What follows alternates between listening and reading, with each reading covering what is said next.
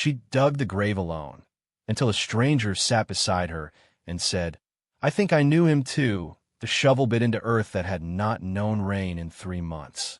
Each strike sent a shock through Martha's arms, up into her shoulders, where the pain lived now like a second heartbeat. The desert ground fought her. It always had. Even when Thomas was alive, the land had been their enemy. Hard, bitter, unforgiving. Now it seemed to mock her grief with its stubborn resistance. She had been digging since dawn. The sun climbed higher, a merciless eye watching her work. Sweat mixed with dust on her face, creating muddy tracks down her cheeks.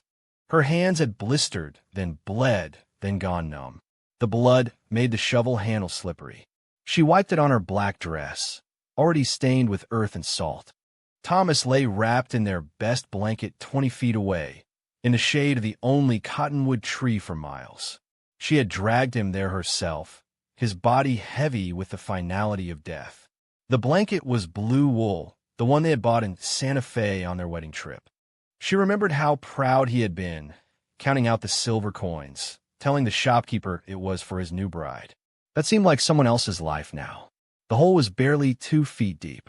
At this rate, it would take her until evening to finish, maybe longer. Her shoulders screamed with each movement, but she could not stop.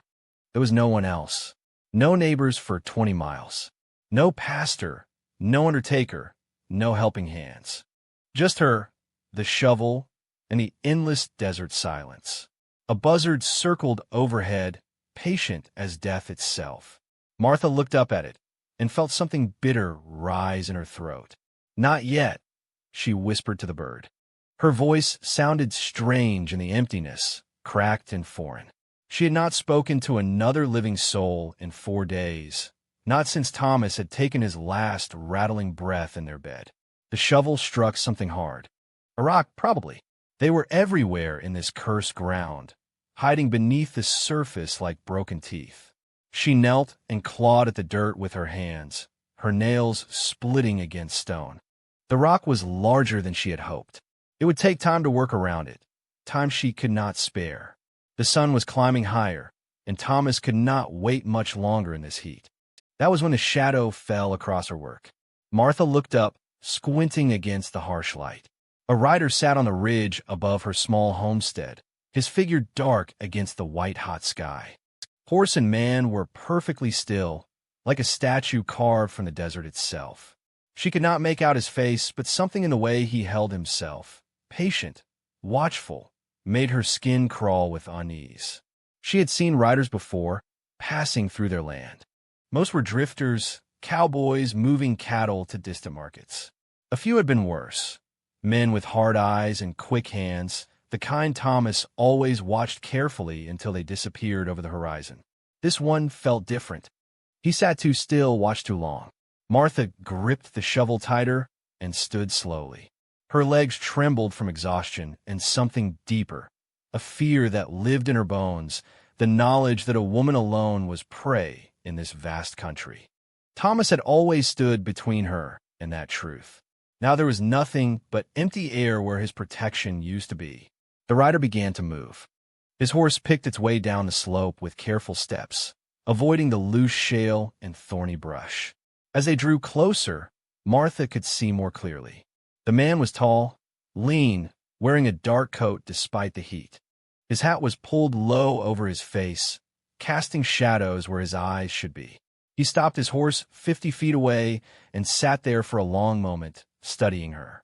The silence stretched between them like a held breath. Martha could hear nothing but the wind through the dry grass and the distant call of that circling buzzard. Finally, the stranger dismounted. He moved with the careful grace of someone who had spent years in the saddle, his boots finding firm ground without looking. He removed his hat, revealing a face weathered by sun and wind, marked by lines that spoke of hard living. His hair was dark, streaked with early gray, and his eyes were the color of storm clouds. He held his hat in both hands as he walked toward her, his steps slow and deliberate. There was something almost ceremonial in the way he moved, like a man approaching a church. When he was close enough that she could see the dust on his boots, he stopped. "Ma'am," he said, his voice low and rough with disuse. "I'm sorry for your loss." The words hit her like a physical blow.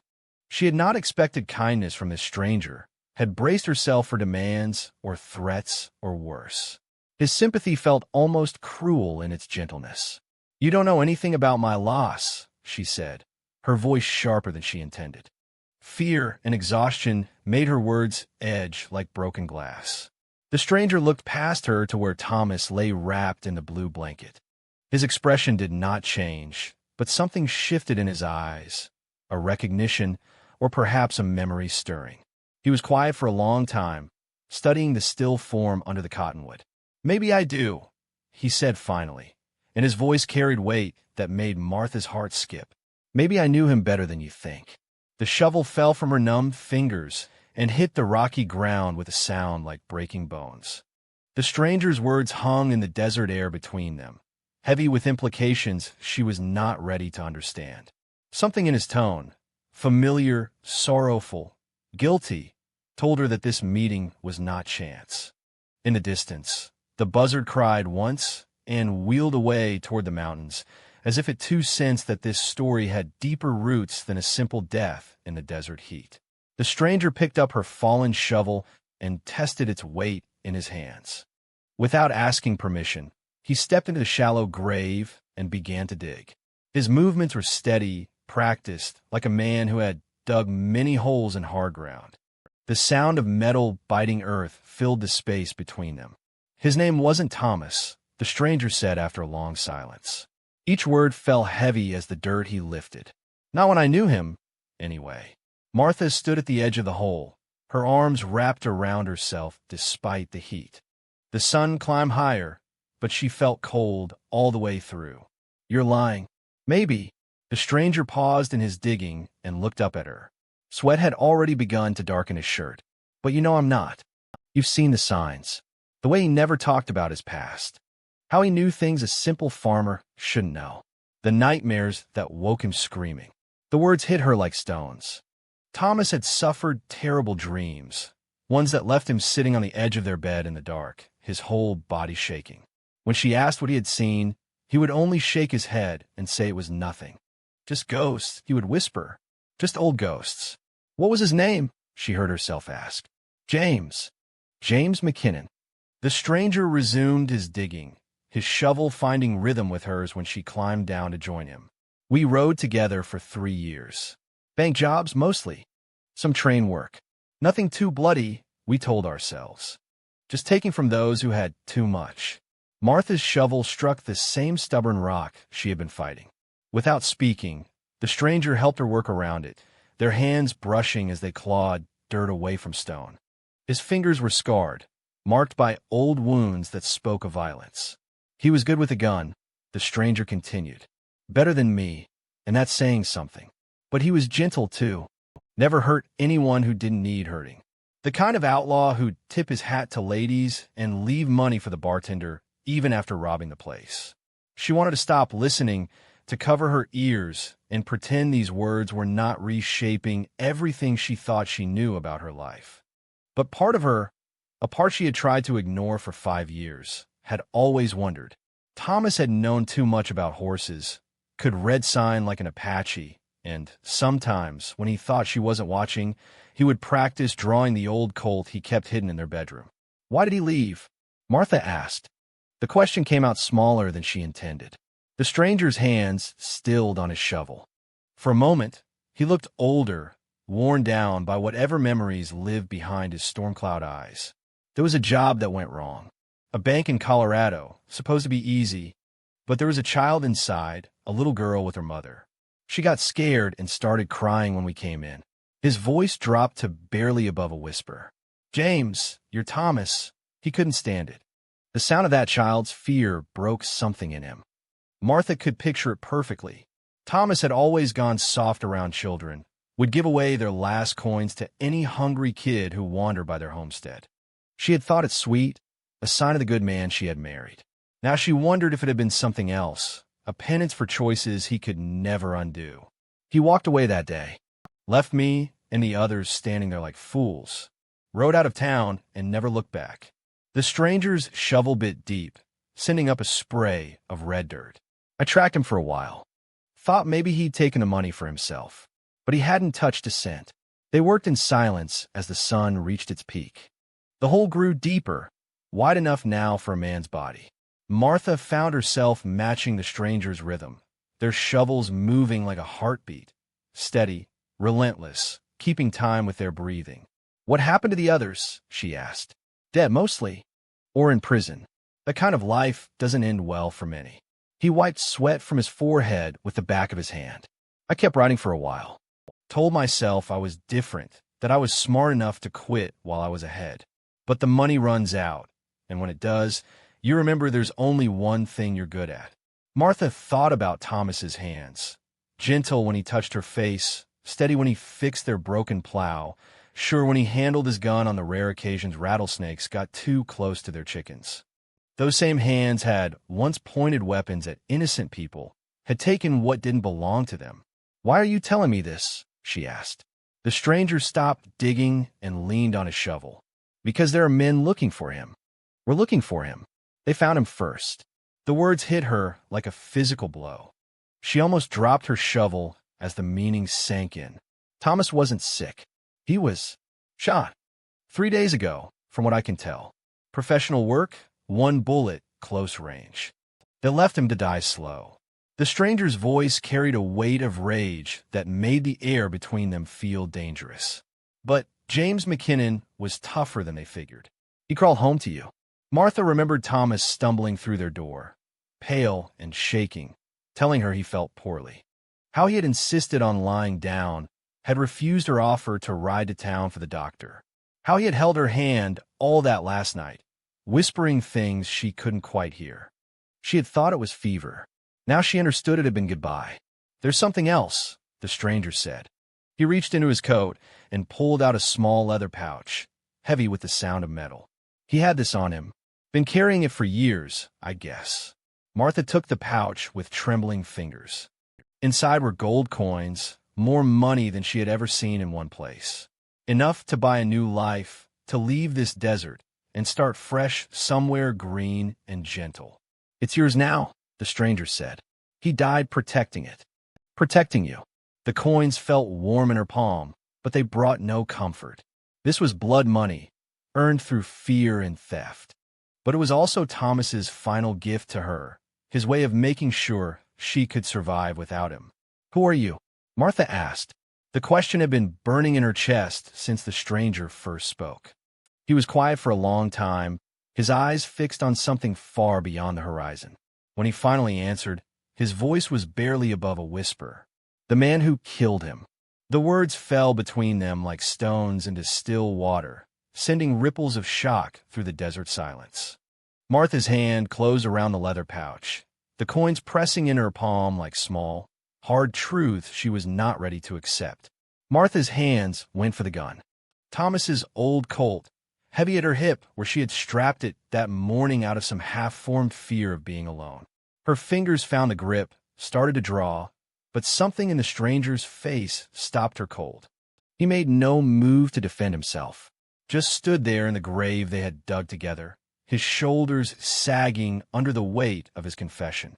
The shovel fell from his hands and clattered against stone. "Go ahead," he said quietly. "It's what I came here for." The gun felt strange in her grip, foreign despite the hours Thomas had spent teaching her to shoot. She had never pointed it at a human being before. The stranger looked up at her, and she saw something in his eyes that made her hesitate.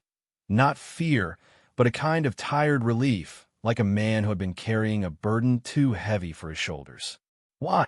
The word came out like a prayer, desperate and raw. "Because he drew first." The stranger's voice was steady, matter of fact. "I tracked him here, followed the signs from where they shot him. Found him sitting on your porch, cleaning that same gun you're holding. When he saw me coming, he knew." Martha's hand shook. The barrel of the Colt wavered between the stranger's chest and the empty sky above. "He was dying already," the stranger continued. "The men who found him first, they gut-shot him, left him to suffer. By the time I got here, he was more ghost than man. But when he saw me, something in his eyes came alive again. The old fire. She could picture it too clearly. Thomas, pale and trembling, forcing himself to his feet one last time. He had always been proud, had never backed down from a fight, even when he should have. I told him I wasn't there for trouble, that I'd heard about what happened, came to pay respects. But he wouldn't believe it. Said he knew why I was there, that he'd been waiting. The stranger's hands hung loose at his sides, making no move toward the gun at his own hip. He drew fast, even dying. Still had those quick hands. But he was weak, and the shot went wide. Martha closed her eyes and saw it.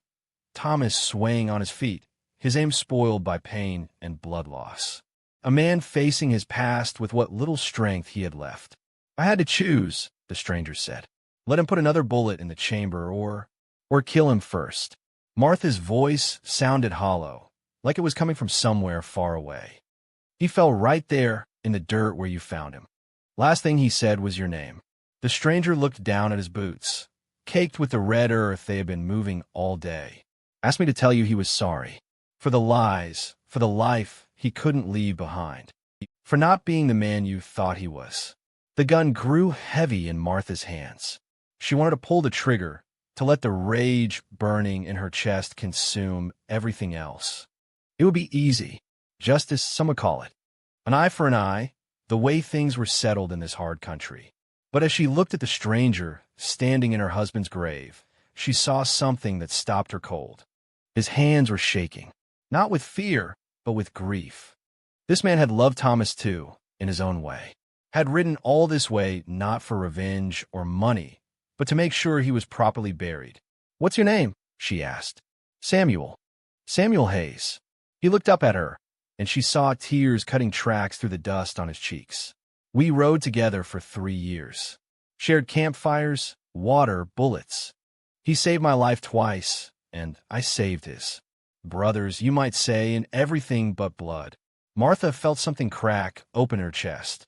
The anger was still there, burning like a coal, but alongside it was something else, a recognition of shared loss. This man had lost Thomas too. Had lost him years before she ever met him, when her husband chose to leave his old life behind. Slowly, she lowered the gun. Samuel's shoulders shook with what might have been relief or sorrow or both. The sun had begun its descent toward the western mountains, painting the sky in shades of copper and gold. They climbed out of the grave and went to fetch Thomas's body. Working together, they lowered him into the earth with the same careful rhythm they had found while digging. Martha arranged the blue blanket around him one last time, tucking it close like she used to do when he couldn't sleep. When the last shovel of dirt was packed down, they sat beside the grave in the growing darkness. Samuel produced a canteen of water and a cloth-wrapped bundle of bread from his saddlebags. They shared both in silence, the water warm and bitter, the bread dry but filling. I keep thinking I should hate you, Martha said finally. Samuel nodded. You should. I would, in your place. But you're the only person left who knew him. The real him, I mean. She looked at the fresh mound of earth between them. That has to count for something. He was a good man who made bad choices, Samuel said. Same as most of us, I suppose. But when it mattered, when he had to choose between his old life and you, he chose you. Gave up everything to build something clean and honest. Martha thought about the gold coins in her pocket, the weight of them against her hip. Blood money, maybe, but also Thomas's final act of love. His way of making sure she would survive whatever came next. A coyote called from somewhere in the darkness, its voice lonely and wild. The sound made her think of all the nights she and Thomas had sat on their porch, listening to the desert sing its ancient songs. He was part of that song now, part of the dust and wind and endless sky.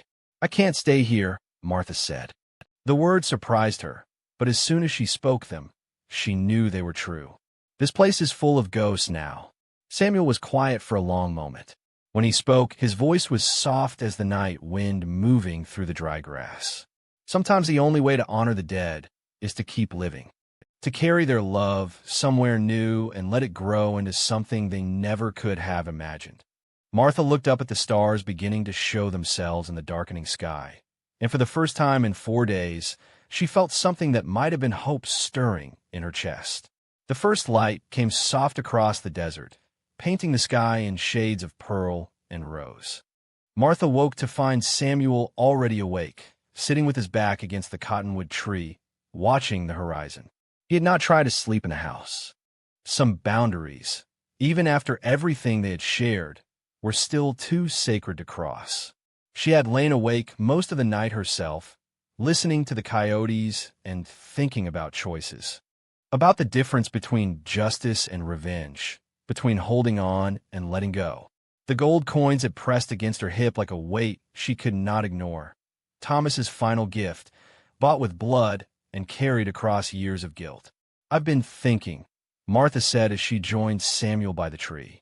The grave lay between them and the rising sun, a dark mound that seemed smaller in the growing light. Samuel looked at her, but said nothing, waiting. He had learned the value of silence, she realized. Most men would have filled the quiet with words, with explanations or promises or plans. But Samuel understood that some truths could only be spoken when they were ready. "I can't stay here," she continued. "This place, it's where our story ended. I need to go somewhere new, where it might begin again." "Where will you go?" Martha looked toward the mountains, purple in the distance, holding secrets of their own. "California. Maybe. I have a sister there, married to a shopkeeper in Sacramento. She's written, asking me to come visit." She paused, watching a hawk circle high overhead. She doesn't know about Thomas, about any of this. That might be a blessing. Maybe. Martha stood and brushed dust from her black dress. "What about you? Where does a man go when he's tired of running?" Samuel was quiet for a long time. When he finally spoke, his voice carried the weight of decisions made in darkness and carried into light. "I've been running for 5 years. Since the day James, your Thomas, walked away from that bank. Telling myself I was different, that I was smart enough to quit while I was ahead." He stood and walked to his horse, running a gentle hand along the animal's neck. "But you can't outrun what you are. Can't start over until you stop running." Martha understood. They were both carrying ghosts, both trying to find their way to some kind of peace. The difference was that her ghost had a name and a grave and a love that had been real, even if it was built on secrets. Samuel's ghosts were harder to bury. "There's a marshal in Tucson," Samuel said. "Name of Dan Cooper. Good man, fair man. Been looking for me for 2 years, but not in a way that wants blood. The kind who believes in second chances if a man's willing to earn them. You're thinking of turning yourself in. I'm thinking of stopping. There's a difference." Samuel checked his horse's tack, his movements careful and practiced. "Time I face what I've done instead of riding away from it." Martha went into the house one last time. It felt smaller now, full of shadows and memories that belonged to someone she used to be. She packed her few belongings into a carpet bag, some clothes, her mother's Bible, the photograph of her and Thomas on their wedding day. At the last moment, she added the leather pouch of gold coins. Whatever they represented, they were hers now. Thomas had died to protect them, and she would not leave them to gather dust in an empty house. She found Samuel constructing a simple cross from scraps of wood behind the house. He worked with the focused attention of a man performing a sacred duty, his knife carving Thomas's name, his real name, into the weathered planks. "James McKinnon," Martha read over his shoulder. "Beloved husband. Is that right?" Samuel asked. "The beloved part, I mean." Martha thought about Thomas's gentle hands, his quiet laughter, the way he had held her during thunderstorms. About 5 years of small kindnesses and shared silences, of building something good from the ashes of what came before. "Yes," she said, "that's right." They planted the cross at the head of the grave as the sun climbed higher, driving the last shadows from the desert floor. Samuel stood back and removed his hat, holding it against his chest.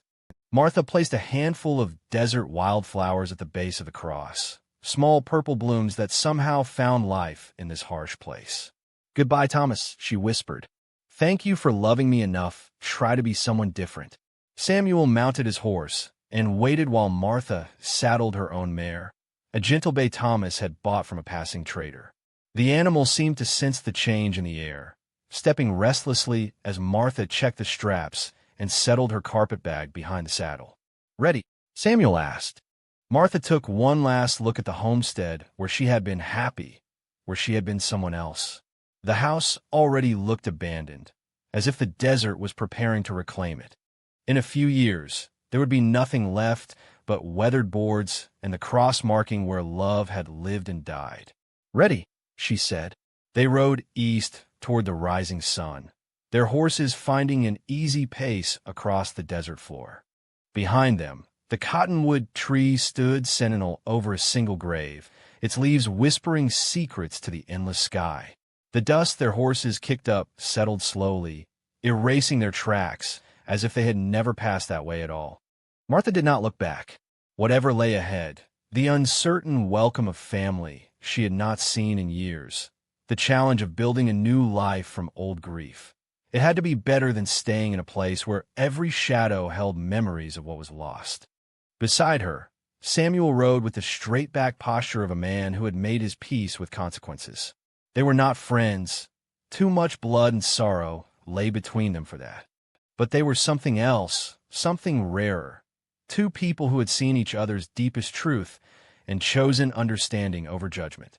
The desert stretched before them, vast and unforgiving, but touched now with the promise of distant mountains and the hope that some journeys, however painful their beginning, might yet lead to grace.